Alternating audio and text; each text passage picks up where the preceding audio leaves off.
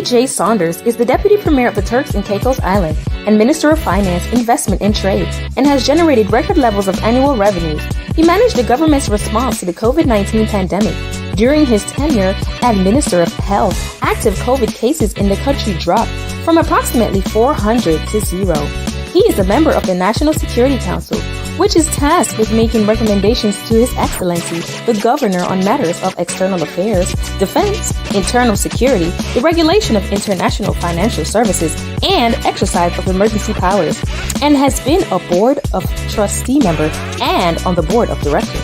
Outside of politics, Honorable Saunders is a non-executive chairman of Domos Semo Sciences, DSS, a company he founded to make lives better. DSS Regular Tech Product Safety A&I has won awards teams for most innovative compliance and has won an award for the Canadian FinTech AI Global Impact in FinTech Award.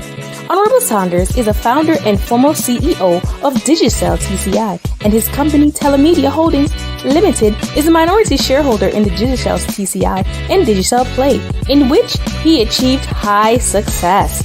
Saunders is a co-founded Miami-based media company, the Claremont Group, which is the creator and producer of travel TV show Geokick TV, currently streaming on Fox Corporation-owned Tubi TV. Let us welcome the very Honorable Jay Saunders to Pathways to Success.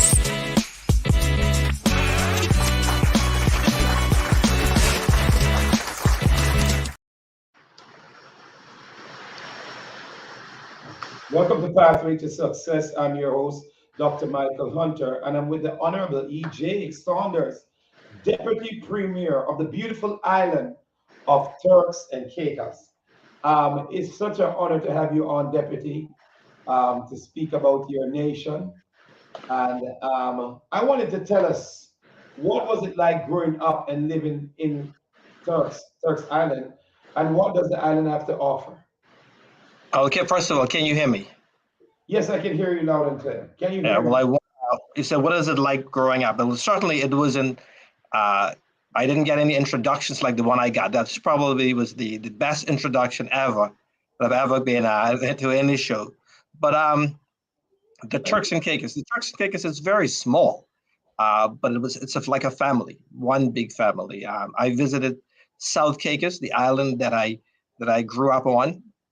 I don't think it had any more than 1,500 persons while I was there. Our high school had less than 100 students.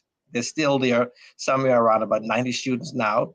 But it's certainly signified where it says that it takes a village to bring up a child. Everyone was family, and we all looked out for each other. It was simple compared to North American standards, but we had a high quality of life. We're very, very, very, very Americanized. Our education standards are equal to North America. And so I enjoyed it. We certainly had a lot of privileges that we probably won't appreciate if you were North American, in the sense that because of the small population, the crime rate was very low. So as a child, you could do many things. You could wander away from your home and go fishing. You can go swimming. You can go onto the park, and you don't have to worry about anything happening to you. So like I said, and some things it seemed to be a little bit more simple in the United States, because we didn't have any movie theaters, and we had to find fun in different ways. But it was a simple but a good life, high quality life that was very family oriented. Oh, you're tempting me to want to come to Turks Island to experience some of that beautiful ambience that you just spoke about in that island. What inspired you to pursue a career in politics? Your resume is the most impressive resume I've ever I've gone through. I've interviewed many prominent guests on Pathway to Success, but your resume is phenomenally awesome. What inspired you to pursue a career in politics, and how did you first become involved in the political arena in Turks and Caicos?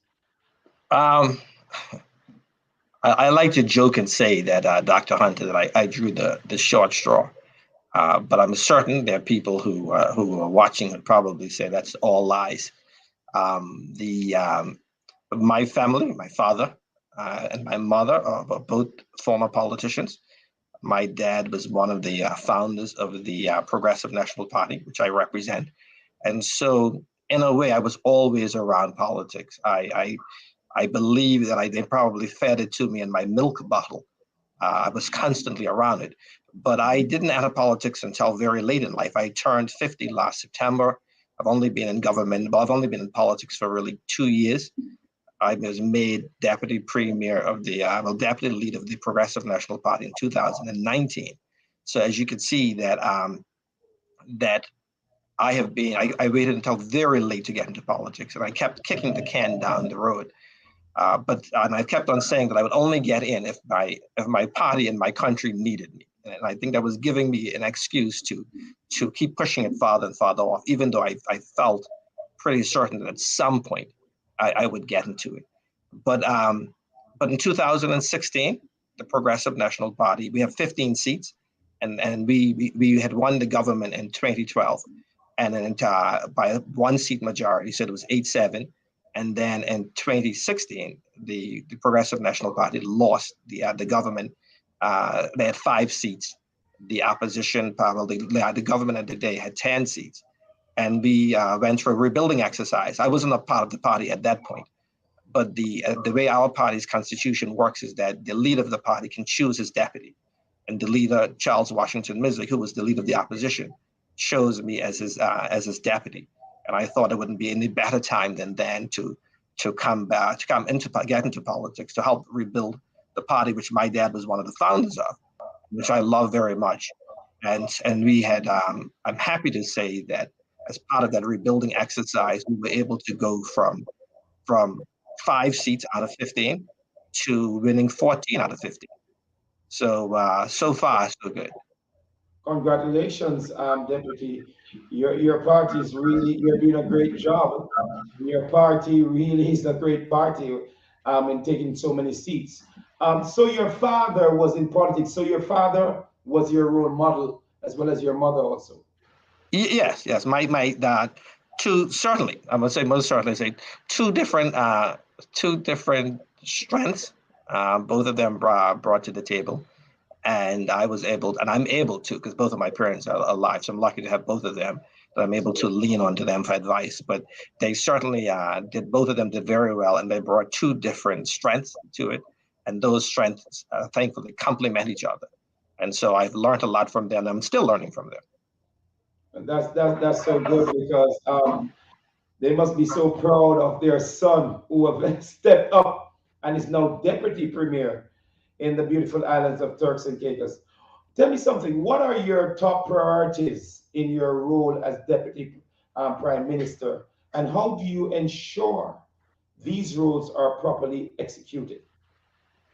Well, the first thing, if you want to do anything for a country, and to make it easy, is to have money and to have revenues. And we've been blessed by the fact that we've had strong revenues compared to our expenditure. So we have zero debt. But we're a British colony, and in everything we do, fiscally speaking, we have to agree with it with the UK, United Kingdom, and they have certain ratios. And one of those ratios that you can't spend more on your civil servants' salaries and benefits. You can't spend more than 40% of your expenditure on civil servant salaries and benefits. And so, as a percentage, the higher your revenue is, the more you can do for your civil servants. And the better you pay them, the more quality civil servants you get, the more efficient you can run government. And so, the better you can train them, the more quality persons you can hire. And so, when I was campaigning, I had at that point in time the best the country had ever done in terms of revenues was just over 300 million. That was pre-pandemic. During the pandemic, we dropped below 300 million, around about 290. But my goal was that during our first term, which will end, elections has to be held by May 2025. So my goal was that by the end of our first term in 2025, we should get the revenues to about 400 million. And then if we were blessed with the second term, by the end of 2029, we could get to 500 million. So that from a standing start, we were looking at, in my view, to get the country growing from about 300 million all the way to 400 million within 4 years. Well, by the blessings of God, We ended my first year as Minister of Finance at 396 million, and we're on track to end this year at over 400 million, just over 400 million. So we were able to achieve that success. And my goal is to ensure that that's recurring. We don't want to get to 400 million this year and then find ourselves at 300 million next year, because the more money the country brings in, the more we can do for our people. So that was goal number one. So as long as we have money, we can start to tweak the all of the processes and to ensure that we can deliver for our people. As you know, you can have all the great ideas, best ideas in the world, but if you can't afford them, and if you can't afford to implement them, then you have a bottleneck. And so we've relieved that bottleneck by ensuring that we have the cash, and we have zero debt. And that's not an exaggeration. We actually have zero debt, and we have more than 250 million in cash, and it's growing. And so that puts us in a very strong position. So now we start to solve the problems. So as Minister of Finance, I also have investment and trade. So all of the investments that come into the country falls under my ministry. And I want to ensure that we have high quality investments that can lead to upward mobility for our people and knowledge transfer. And so those are the investments we're looking at. We have about $2 billion in the pipeline. We want to execute all of them. We want to make sure that there's a pathway to upward mobility for our people. But as you know, the young people, they want to be entrepreneurs. And so also under my ministry, we have a grant program. We call it MSME grant program. That's the micro, small, medium, and enterprise grants. So we actually give money to persons to start up their businesses. In the United States, it would be simple. It will be very similar to angel financing, but you don't have to pay it back and you don't have to give equity to the government. So it's free cash. And when we came in, only micro businesses qualified. They were getting $10,000. We now have improved it to have both micro, small, and medium companies qualify. And we have those categories, definitions for those categories. You can now get up to $30,000 in cash, another $30,000 in concessions from the government. So $60,000 you can get. We've expanded in categories of businesses. So before there was a limited amount of categories that were qualified. We've expanded those categories. You had about 5 pages, including business cases that you had to do in order to qualify for it. We've reduced the requirements. So we've increased the cash, we've increased the categories, we've decreased the requirements.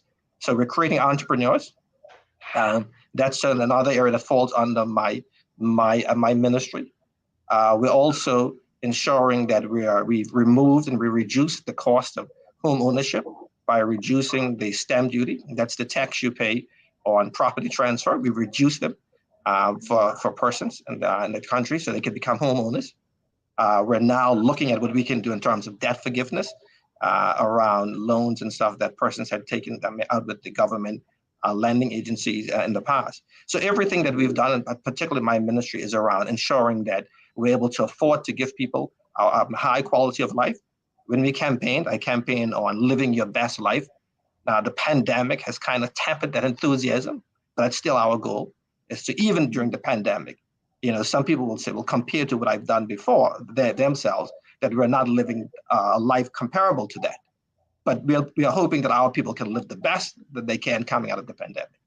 But our goal is to ensure that we move our people with upward mobility, for going from strength to strength towards that goal of having them live their best life. Wow.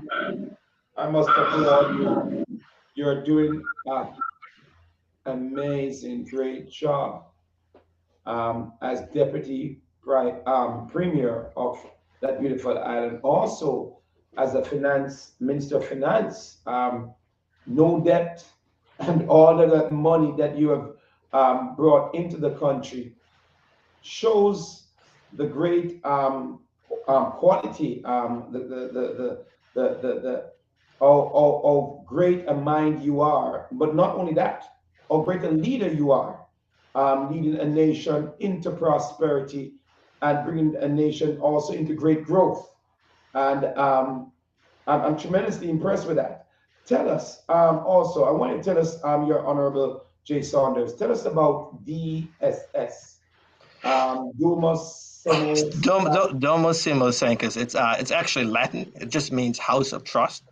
But just to go back a bit, I'm I would like to believe that I'm a blessed minister. I mean, I've always said privately that I'm not that bright and not that lucky to achieve the quote unquote success that I have achieved. So certainly it must be blessings. I believe it goes back to a country that's very Christian and constantly praying, but also goes back to my parents, Honorable Norman Saunders and Emily Saunders. I think they've done a lot, and I truly believe that I'm living their blessings.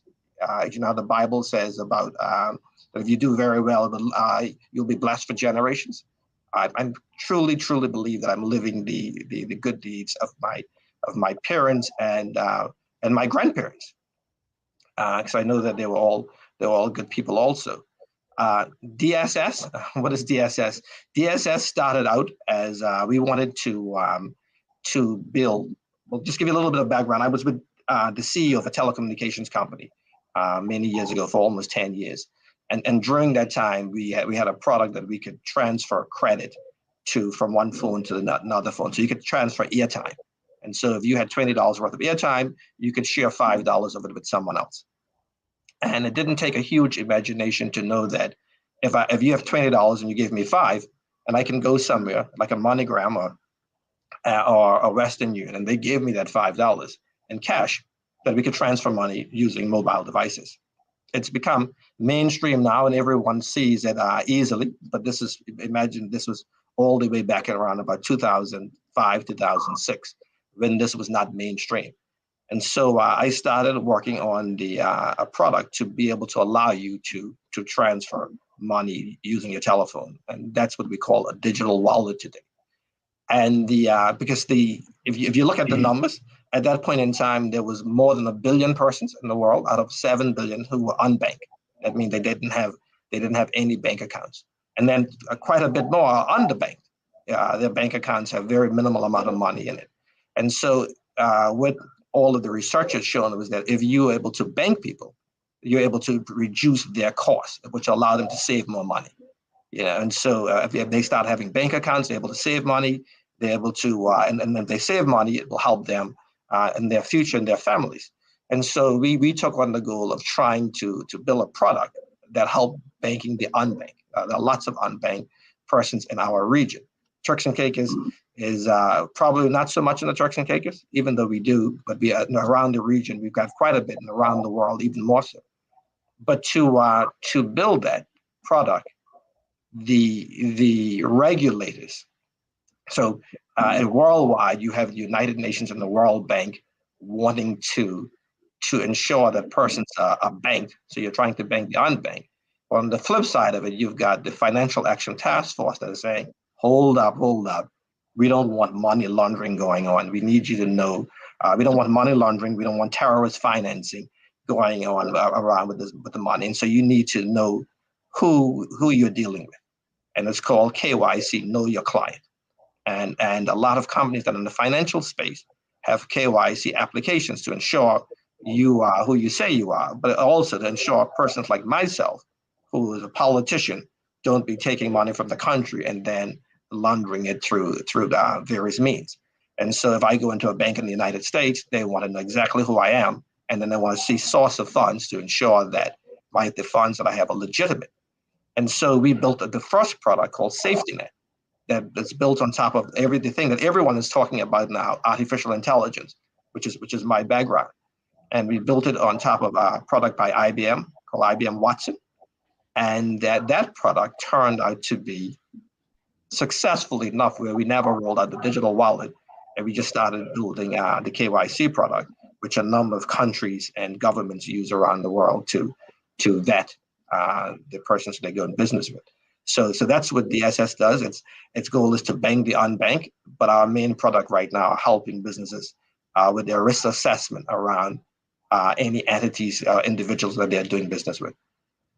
Wow, you are a joke. I celebrate you this evening. Such a great visionary, a great leader, and one who has accomplished so much. We're going to take a short break on Pathway to Success, and we're going to return with the very distinguished, Honorable E.J. Saunders. Thank you.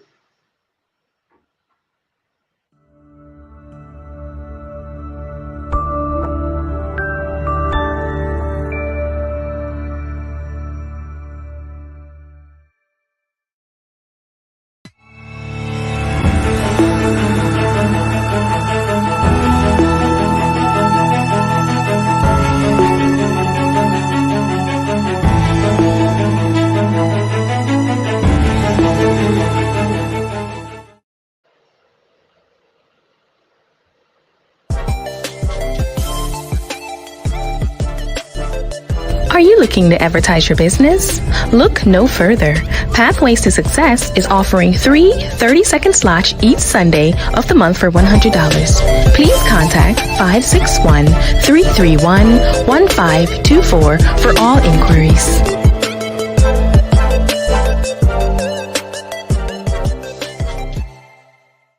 Come out to Mr. Mac's Island Grill and enjoy some of the greatest Jamaican food all around.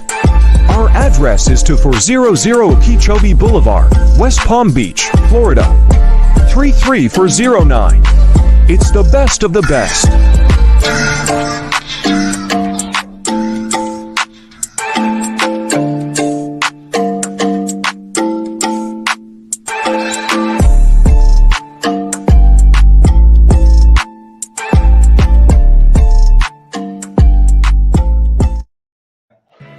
Honorable E.J. Saunders is the Deputy Premier of the Turks and Caicos Island and Minister of Finance, Investment and Trade, and has generated record levels of annual revenues. He managed the government's response to the COVID-19 pandemic. During his tenure as Minister of Health, active COVID cases in the country dropped from approximately 400 to 0. He is a member of the National Security Council, which is tasked with making recommendations to His Excellency, the Governor, on matters of external affairs, defense, internal security, the regulation of international financial services, and exercise of emergency powers, and has been a Board of Trustee member and on the Board of Directors. Outside of politics, Honorable Saunders is the non-executive chairman of Domos Semo Sanctus, DSS, a company he founded to make lives better. DSS Regular Tech Product Safety A&I has won awards teams for most innovative compliance and has won an award for the Canadian FinTech AI Global Impact in FinTech Award. Honorable Saunders is a founder and former CEO of Digicel TCI, and his company Telemedia Holdings Limited is a minority shareholder in the Digicel TCI and Digicel Play, in which he achieved high success. Saunders is a co-founded Miami-based media company, the Clermont Group, which is the creator and producer of travel TV show Geokick TV, currently streaming on Fox Corporation-owned Tubi TV. Let us welcome the very Honorable J. Saunders to Pathways to Success.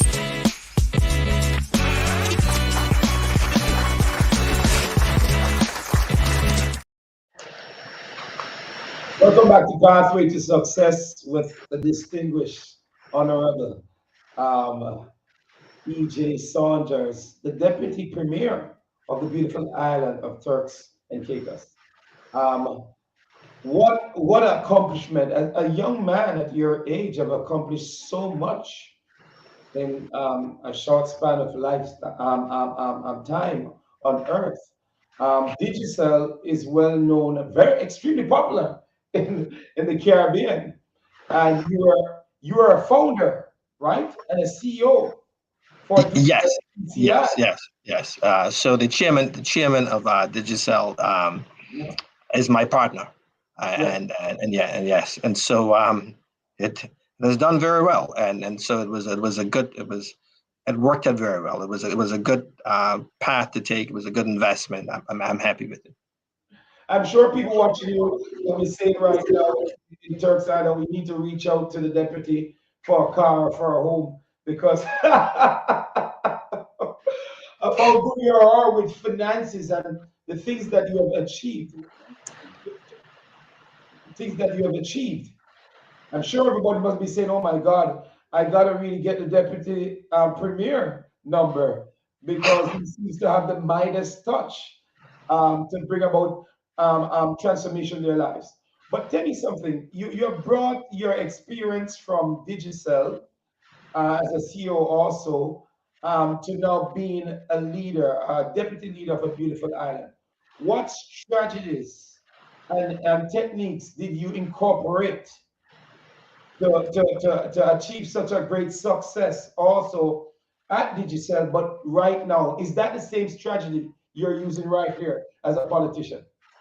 Well, first, let me say that when I joined Digicel, I was a bit of a rookie, and I learned a lot from Digicel. I mean, Digicel, say whatever you want about them, it's a world-class company. It's not It's not a little small company. It's a world-class company run by world-class business leaders, from the chairman all the way down, and they don't ease up on you. So and I attended almost 100 almost 100 board meetings with Digicel's board. And Digicel's board is world class. They could be put up with even the boards of the tier one companies. I wouldn't put the Digicel board down compared to even Apple and Microsoft and those. If given the opportunity and the capital, they probably would have achieved the same success. These guys are world class.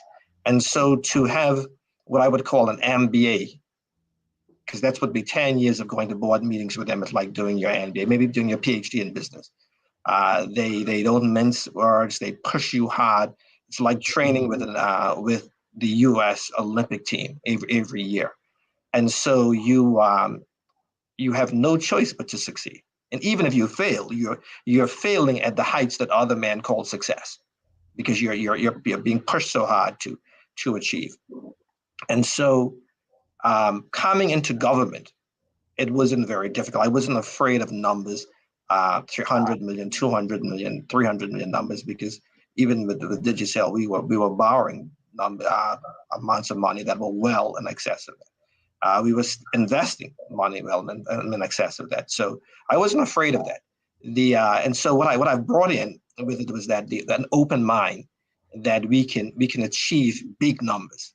So when we came in and we said we're going to go from 300 million to 400 million and within 4 years, I was told by a person like, Minister, you're putting your foot in your mouth. Every year we have growth, but I'm saying every year you're having incremental growth. You're going from 300 to 310, maybe 320. We're not talking about incremental growth now. We're talking about X growth, like 10X sort of thing.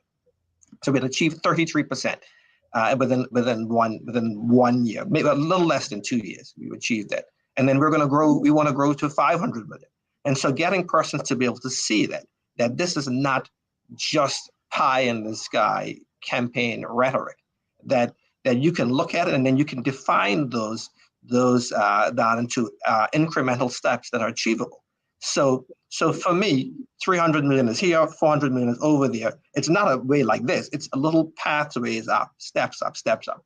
So, and that's what I've told them. We look at it and we say, what can this contribute? This could contribute 2 more million. Okay, put that down for 2 million.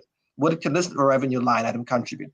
Can we do more with cruise ships? Can we bring in more with cruise ships? How much will that contribute? Well, we can probably bring in another 5 million. Well, what can we do with another investment over here? And if you look at it like that, then you can see that these things are manageable. You can see that there's a pathway that we can get to 400 million and we can get to 500 million. I think we can do the same thing with education. We look at it and we say, okay, what it is that we want our community college to be. We want our community college to be world class in a particular area. Well, let's see the steps towards achieving that. But I think a lot of persons believe that once you make these huge goals, well, there's a term in technology for, I wouldn't want to repeat it here, but basically your for lack of a better term, let's say your flagship goal, that one of those things where we feel that you will not be able to achieve it, you push people along and just to get them going down the pathway. But for me, coming from my previous job, but also coming out of tech, we were used to inventing the future. And that's a term that we use continuously in tech. You see where all the things that's happening now in artificial intelligence. Imagine when I was studying at university back in 1991 and 92.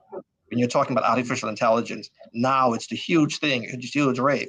And so I came from a sector and a previous job that are used to creating the future, are used to coming up with ambitious goals that seemed to be impossible at the time and creating the steps along the way.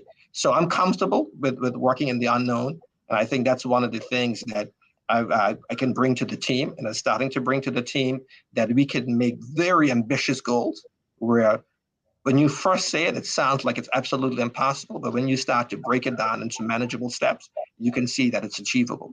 And so I think if there's one thing when I leave from the Ministry of Finance, I'm hoping that they develop their ability, because they're a very talented team, but they just need to know now that that their approach to problem solving, that they can achieve the world if they break it down into manageable steps, and that at that point anything is possible.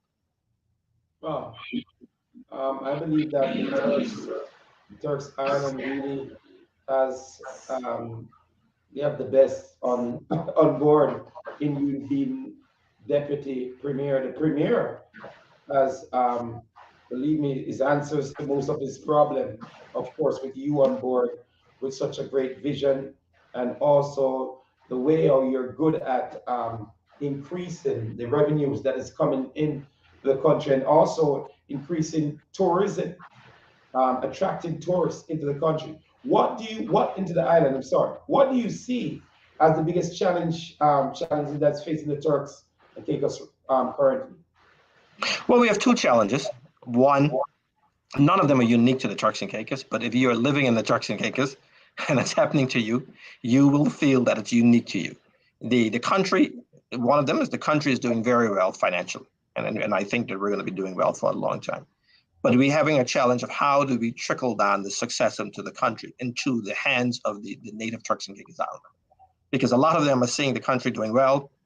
They're seeing me coming on shows like your shows. They're seeing me going and doing the budget debate and talking about how we have record revenues and we're doing very well.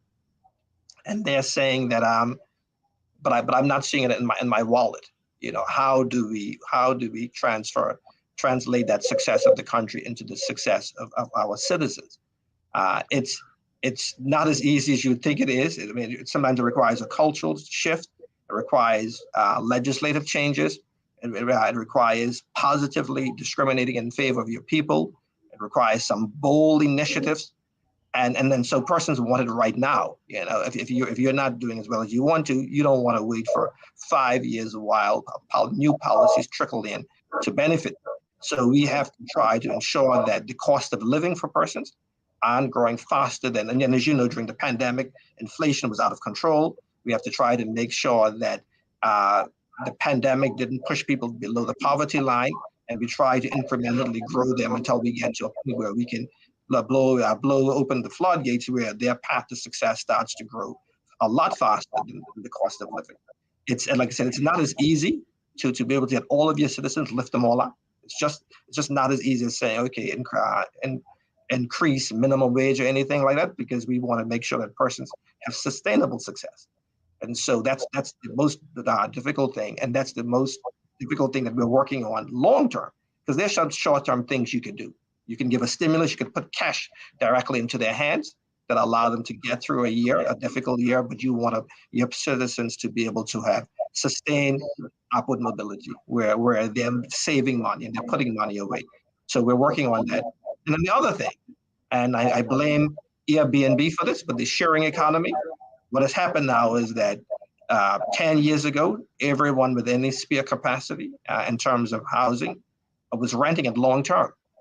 And now, because of the sharing economy, they've now put that inventory into short-term rental.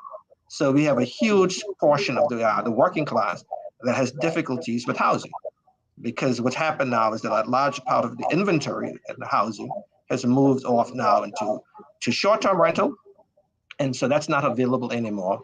So apartments, the available apartments that are for long-term, those prices are going up. And because we're such a hot destination and everyone wants to build for villas, the construction costs are going up. Added to the global inflation, that makes it even worse. And so we have a housing challenge. And as you know, with housing challenges, you need to construct them. You can't construct them within a month. And so even any housing solutions that we have will take at least a year before we can start to ease the burden. So that's what keeps me up at nighttime. How can we get struggling families, struggling moms, single moms into homes where they can save, they can afford to make the mortgage or the rent and put something away for their kids. So with our cash that we have on hand, we're going to try to do some innovative things, but we can't turn it around. Like, I can't flip a light switch and have housing available in a week. We could do something in 12 months and start to ease the burden. I can't do it tomorrow. And those persons need, they need relief right now. Wow, wow.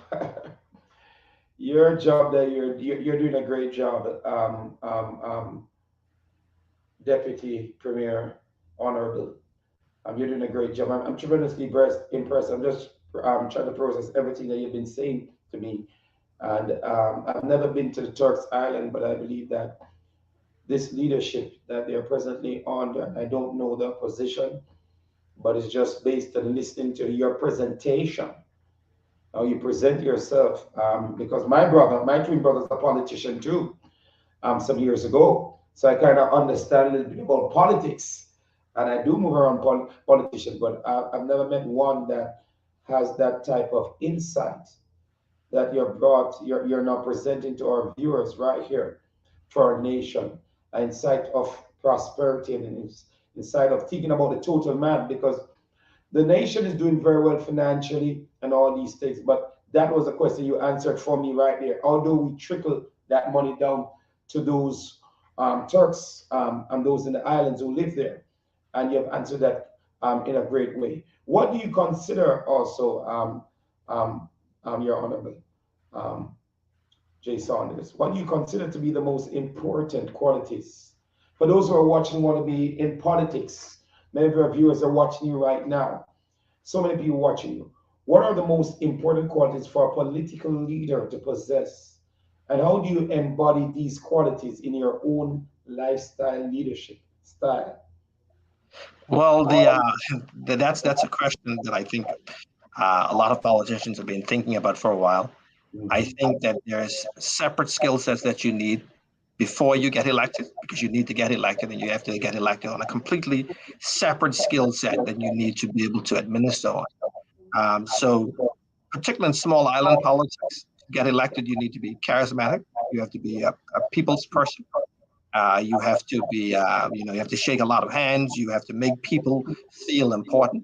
When you're talking to them, you have to make them feel that what they're saying to you is important, that you're listening to them.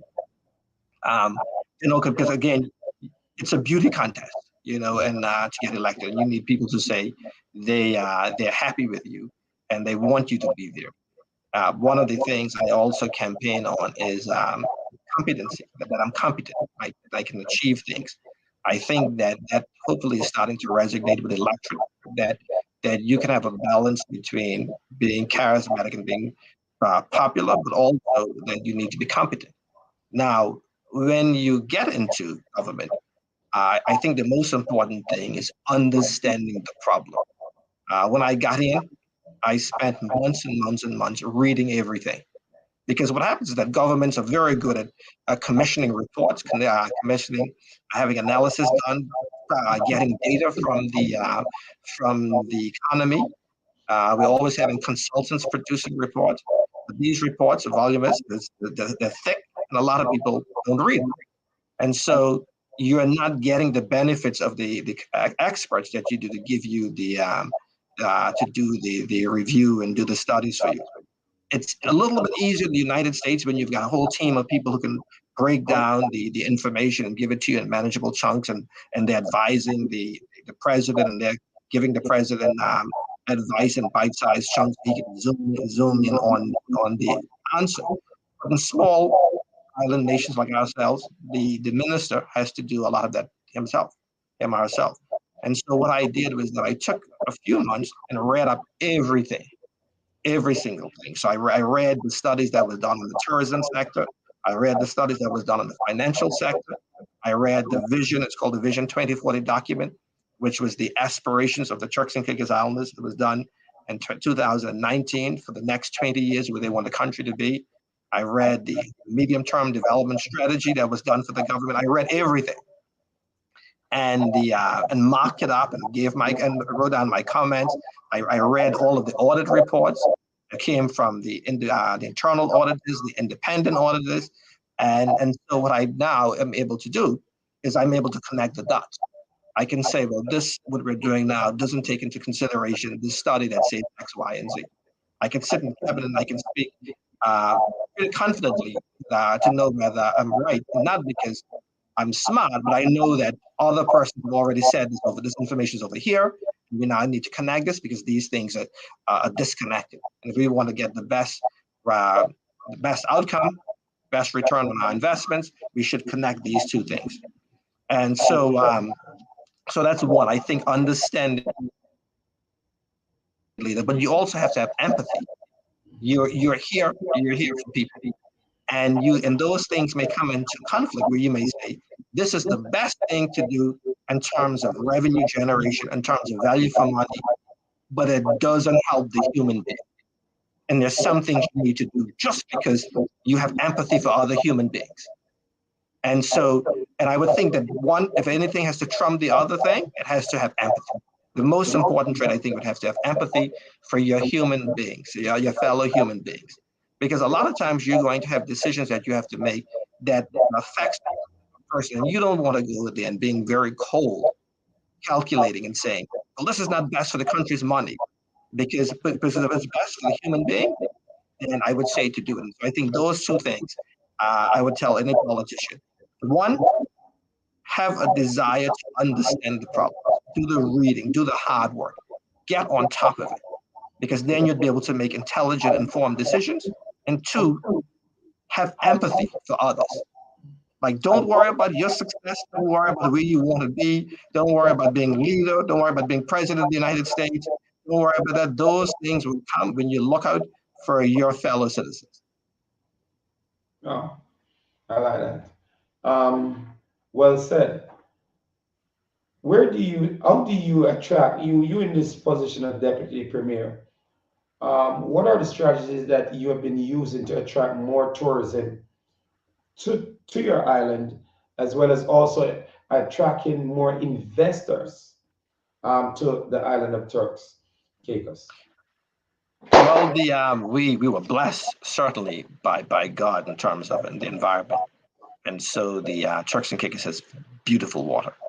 We had a celebrity in the music business who said, a famous one from Miami, I don't want to call any names, who said that Turks and Caicos water is like Listerine, it's like mouthwash. But the truth of the matter is that some parts the water color changes over throughout the year. So one may be turquoise, one time it may be turquoise, the other time it's a pearly blue, and you can see behind me this is a painting, a representation of what our waters look like. Now, we were blessed with that, but when we arrived, that was already here. And what I mean, when we arrived on the planet, this was already here. So that's thank God. But we have to keep it pristine. We have to do everything that we can to ensure that we don't mess it up. There is climate change, there's global warming. We have to ensure that and that causes hurricanes to be stronger, coastal erosion. We have to do some of the things that our success is built on, constantly being challenged in terms of sustainability. And so we have to ensure that whatever we do, we don't do it in a manner to cause our environment to be harmed. And so we can't take short-term decisions, one that gives us a lot of cash. So that gets to the development portion of it. We can't just go for development's sake. Like, we wouldn't be going into oil, drilling for oil and offshore drilling for oil that would be affecting our reefs. That I think is the third largest reef in the world. And so we wouldn't do those things. So we have to approach inward investments in an environmentally sustainable way. And so what we do is that we know that the tourists come because we have beautiful beaches and waters, and so we have to keep them that way so tourists can keep coming. We've also benefited from high-end tourism. So our tourists, a lot of them, let me just put it this way, one of the fractional ownership, jet ownership companies had said for a number of years that Turks and Caicos was their busiest airport on New Year's Day anywhere in the world. So you can see what I'm getting at, the type of tourists we have coming here. They're at the high end of the market, and they want to pay for quality, including quality customer service and quality environment. And so what we are working on is that we are working on having our customer service match our brand. We have a 5-star brand. We want our customer service to match it. So we're undertaking, looking at upgrading, rebuilding the airport, a massive upgrade, hundreds of millions of dollars in a brand new airport to ensure that in a few years that's customer service from the time the plane lands to the time you check out, to the time the plane take off. Which means that from the time you get off the plane, get through the airport, drive down the highway, check into your hotel, eat in the restaurants at nighttime, go on the beaches, go to the your excursions, all of your entertainment, back to the airport, taking off. That all of that experience is 5-star. So we're investing in that to ensure that our tourists who pay hundreds of dollars per day to be here get that 5-star experience. And that's what we would tell the investors. Any investments who come in here to the country, we want the investment to be sustainable, environmentally friendly towards our people, so our human capital, to ensure that our people have chances for upward mobility, whether they're working for the investors, whether they have a chance to partner with the investor from an entrepreneurship point of view, and that it doesn't harm the environment. At least it has a minimal impact on the environment. That's good. Turks and Caicos seems to be a very safe island, because I was talking to a resident there, and they told me that on Grand Turks, they only had 3 murders last year. This is such a blessed assurance for persons who would come and visit your island. How do you keep crime so low? Which is very great in that Well, to be frank, we had our crime rate is low, to be honest. And even last year, when we had when we broke a record in the bad way, for when we had murders take place, we didn't what I mean. And even with those increased that we had last year, we were still low, but high for the Turks and Caicos Islands. But we dealt with it decisively. We got on top of it. It caught us by surprise for about 2-3 months. We adjusted. I remember waking up one morning as Minister of Finance with a letter from the governor saying who's responsible for security, wanting emergency money being made available for an armored vehicle, or 2 armored vehicles. Right away, I replied back saying, yes, we can make that happen. And so we moved very decisively on it. And so even though it spiked between end of August to about October, we got on top of it around early November. Since then, the violent crime has been down. We want it to be 0. We want to go 3 years with no murders. But I think it has to do with a number of things. One, our commitment to ensuring that we keep our citizens and those who visit us safe. That's a commitment that goes all the way down through government, through the border security, the police forces. But as an elected government, as Minister of Finance, we're committed to providing the funding for them. And like I said, also those persons who visit us. And so we understand, and we understand that if it goes a bad way, that it can drive away tourism. It's a fragile sector that we're in. Anything could cause the tourists to flee. So part of that ensures that we remain focused on it. But we're from a country we are from a country of low crime. And when you have one murder, people start to think, oh my goodness, things are out of control. And so our goal is to we're on a run rate right now to have to end the year. It's very, very early to end the year around about 10 to 12, because we've had 2 for the year already. But we want to end the year with 2 because we've had that 2 already. And we'll do whatever we can to ensure that we don't have any violent crime against our citizens and those who choose to visit us. But it takes a sustained focus and no letting up. You wear so many not only government, but outside of politics. Where do you find time to balance family life?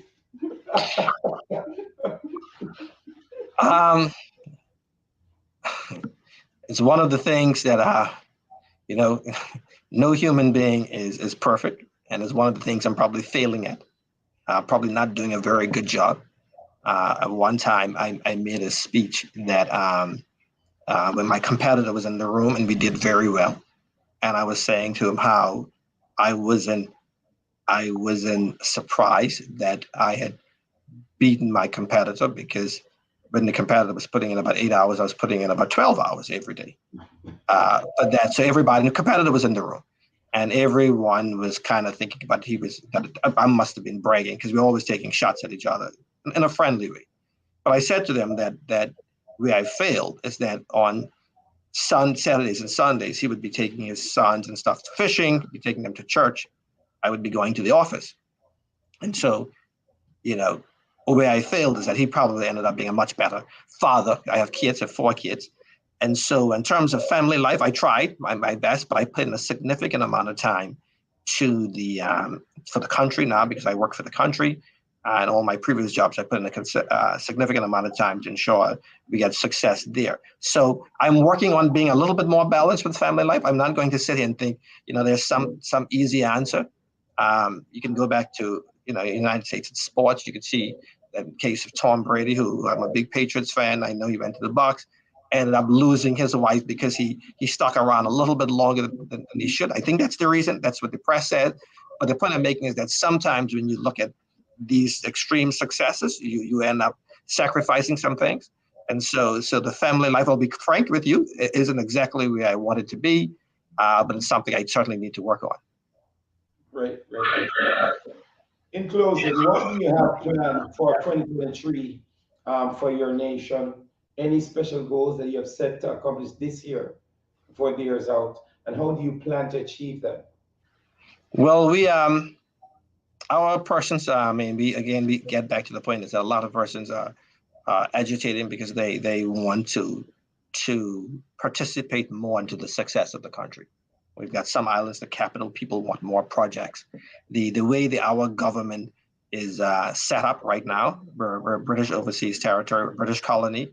It's set up for maximum transparency in terms of how you invest, in terms of government investment now, and how you deliver projects. But what it's not set up for is nimble government, being able to deliver to people what they need, key things in a quick manner, in an agile way. Everything is very difficult. It takes twice as long, and so we now need to retool the process. We knew coming into government that things were difficult. We've committed to ensuring that when we leave this government, this term, that we don't leave it that way. We have to tweak the processes that we can then deliver, what I call agile government, that we can deliver for people in a very quick way.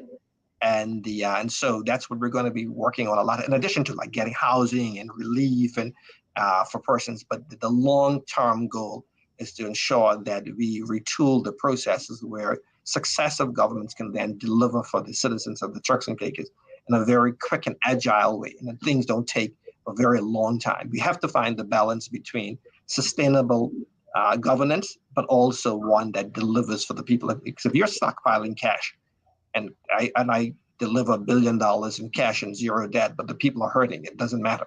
And so we have to find a way to make that money work for government, work for the citizens, but also where we don't blow it, where there's grain in the storehouses for the days of famine. And so that's what I'm going to be working on. We only have really 2 years left, and 1 year we're going to probably be campaigning. So we only have about 12 months more of focused, sustained governing. And my goal during that time is to ensure that we leave for our people processes that can deliver for them, but also save for a rainy day. For someone, even I'm a U.S. citizen, for someone who's looking to invest in the Turks and Caicos, what are the best things you would recommend to those our viewers who are watching today? How they can invest if they want to invest in Turks and Caicos? What's the best option to invest in that island that will bring of great profit to them? It's one of those things where you keep thinking that it can't do much better, and it keeps doing it. Real estate in the Turks and Caicos is just so hot. I mean, I was living in Canada for a number of years, and when I returned home, there's an island in Providencia. There's a part of Providenciales where lots were going for a couple of $100,000, like $300,000. And I was like, no, that's absolutely ridiculous. Those lots are going for multi-million dollars. During that time, people would try to do condominium developments. You would see pre-construction prices in the high hundreds of thousands, post-constructions in the low millions. Now you have pre-construction prices and the millions, and the post-construction even higher. We're now seeing consistent sales of villas and condominiums in the double digit, with like $15, $20 million villas that are going up. And so you can see the progression. Sooner or later, you give it another 10 years, those will be either knocked down and added to. And so when we were 30 years ago, when the typical high-end home or villa was going for $2-3 million, now we're seeing the high ends are now 30 million. We're seeing, property on road frontage, going for millions of dollars now when it was, a couple of tens of thousands. And so you can't do worse than real estate, where the real estate is growing vertically. So we're now up to 12 stories. We've got islands that are completely uninhabited. And so, and then once we figured out what we did right and what we did wrong on providentialities, we'll start to do the lessons learned into other islands where we try to push development through to. And so those properties, they are still affordable. If you know where it's going, you'll see that in a very short order, tens of thousands of dollars in investments in the family islands will be hundreds of thousands of dollars in returns in just a few years. Fantastic. Where do you see yourself in 5 years before we close? In 5 years, hopefully not elected and not voted out of office. And so in 5 years we're going to be in the middle of our or coming down to the end of a second term. I'm committed to running again, and so I'm hoping that at 14-1, if you lose the election at 14-1, you did something really, really wrong. I think we're doing well enough where we want to win the next election. I'm committed to the team that I'm with, and we're hoping that, as I said before, when we if I can get because at 300 million, we could only spend 120 million on our civil servants. At 400 million, we could spend 160. At 500 million, we could spend 200 million on them. And so in 5 years, I want to be on the way to 500 million in revenue for my people, so we can do more for our civil servants. That's one of the goals. That's why I'm here, to ensure that my people are uplifted. And so the more I can do in terms of optimizing the revenue and making it recurring, I can deliver more for my people. So in 5 years, I'd like to hope that we've achieved the 500 million mark and that our citizens are living their best lives. Oh my God, I wish you were my financial consultant. You're the best at it. We're hearing from the best, the well accomplished Deputy Premier E.J. Saunders, a man of great vision, a very distinguished young man, a man that's making a difference in the island of Turks and Caicos Island. Just listening to your interview and having this interview with you today, I would feel led to visit there and also live in the Turks Island. You should come and do one of your shows live from the Turks and Caicos. As you can see, we have good internet service there. You can do it, and I think it will be a big thing for your viewers to be able to come live from the Turks and Caicos Islands. And if you want to, I would certainly try to do whatever I can to help you with that. Thank you so much, Mr. Deputy Premier E.J. Saunders. Honorable for that.